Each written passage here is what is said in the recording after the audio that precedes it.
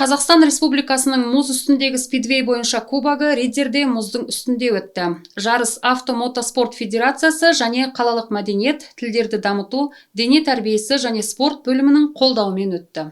Жарыс барлық қауіпсіздік ережелерінің сақталуымен Сокол стадионында өтті. Мұз үстіндегі мото жарысқа 2 қала, Риддер және Өскеменнен 12 спортшы қатысты. Заниматься начал с того года. Мен 6 жылдан бастап айналысып келемін. 4 рет шығып тұрмын. Барлығы ұнайды. Мотоцикл жинақталған, қатысуға дайынмын.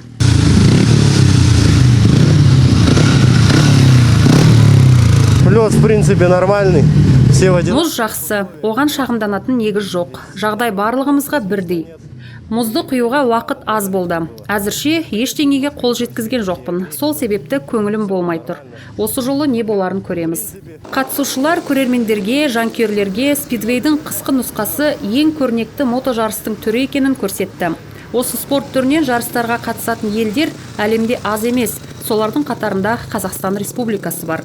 Риддер қаласы және риддерлік жігіттер мұз үстіндегі спидвей бойынша кубогының жыл сайынғы ұйымдастырушылары әрі қатысушылары болып табылады.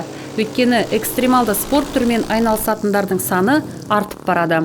Уровень растет самих соревнований. Жарыстың деңгейі жылдан жылға артып келеді. Қалашілік және жалпы қазақстандық қарым-қатынастар дамуда. Бұрын бізді аз адам біліп таныса, көрсе, қазір біз спидвейді дамытып жүрген жалғыз клуб болып саналамыз. Қазақстан Республикасында мұз үстіндегі спидвей бойынша кубогы Риддерде 3 сағатқа ұзады.